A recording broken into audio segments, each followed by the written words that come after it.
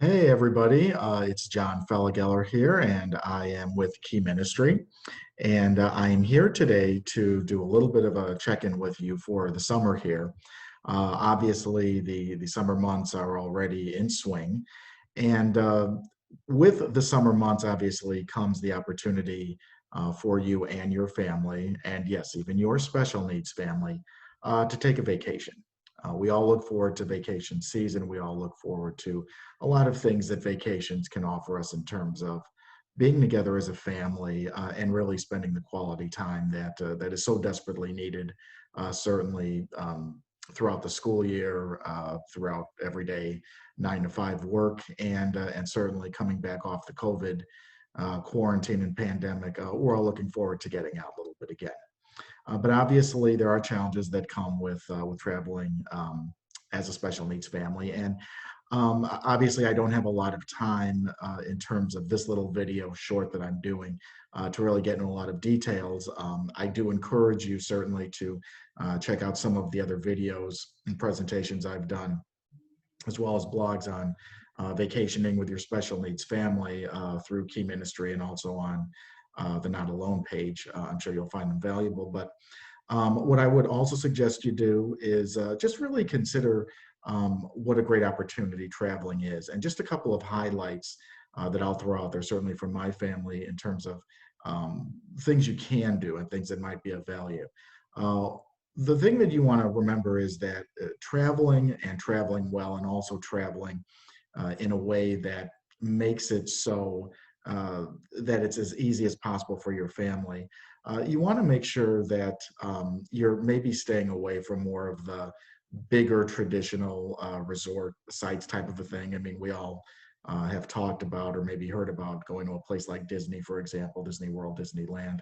And while they certainly offer a lot in terms of being autism friendly and special needs friendly, it can be a lot. It can be chaotic. It can be difficult in terms of traveling, whether you're flying, driving, or what have you. So what I would suggest is looking at a couple of different options. One thing that you may not have thought of that actually could be a possibility is doing something off the beaten path in the form of some kind of camping. Now, for those of you who have special needs kids that are maybe a little higher functioning, that is something that might be entirely possible. And while the idea of maybe being in a tent in the middle of the woods without access to maybe a bathroom or maybe nice bathroom accommodation, so to speak, might be challenging, but there are a lot of ways that you can camp. There are wonderful state and national parks that have very good facilities. You could certainly look at if your family, for example, doesn't own like a travel trailer or RV or camper type of a thing. You could certainly rent them. There's lots of opportunities for that.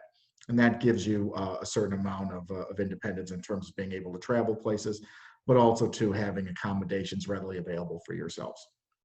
Another option certainly is looking at something like a family retreat. One thing that my family and I have done for years is special needs family retreat through an organization like Johnny and Friends, for example. They do wonderful family retreats around the country during the summer.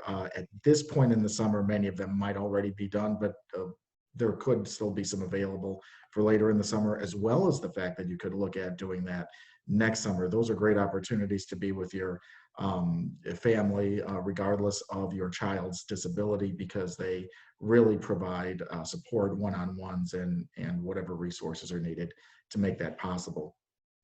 Um, and even with going back just very quickly to the camping idea, one thing that I'm looking at doing with my own autistic nonverbal son this year is actually going to some land that relatives own in Wisconsin, which is about a few hours from where I'm at in the Chicago area, and they have a vacation house, a cabin on a lot of private land. So I know I mentioned the camping thing, but if you do need some more of those resources available to you, depending on your children's or child's needs. Look definitely again something off the beaten path, a cabin rental, or if you don't have anything that might be some kind of a timeshare or something that might be in your family already. There's great cabins and also some of these campsites and resorts that allow for you to have something that's more private, that gives you more space, gives you more amenities, but then also gives you the opportunity to have some quiet and have some extra room and space to kind of operate if you need that. And one last thing I'll throw out there that you might not have thought of is doing an overnight camp, and having your kids go to an overnight camp. There's wonderful special needs overnight camps all around the country. I know there are a few in the Chicagoland area where I'm at, and actually my son just went to one um, for 3 weeks, believe it or not, and I couldn't believe it, but he was able to manage that, and it was a great experience. Some of these are faith-based, some are not, so you do need to also check that out. Most are faith-based in my experience. The one that my son attended actually is through a Jewish organization, but he didn't need to be Jewish to go. So, they just provided great resources and support for him, and it was a wonderful experience. So I highly encourage you to check those things out. But most of all, don't overlook spending time together as a family this summer. Find ways to connect and find ways to go on a little trip and vacation for yourself. Again, if you're interested in connecting with me and getting some advice or opinions from me, like I said, there's videos and blogs that I've posted through Key Ministry and Not Alone. You can certainly connect with me through my website, johnfelageller.com, and also my other social media pages, which will be tagged in here. But most of all, please check out Key Ministry in terms of the great resources that they have, and please subscribe to receive more video tips and information important to you from Key Ministry on this and many other topics. So I wish you a safe and happy summer, and God bless.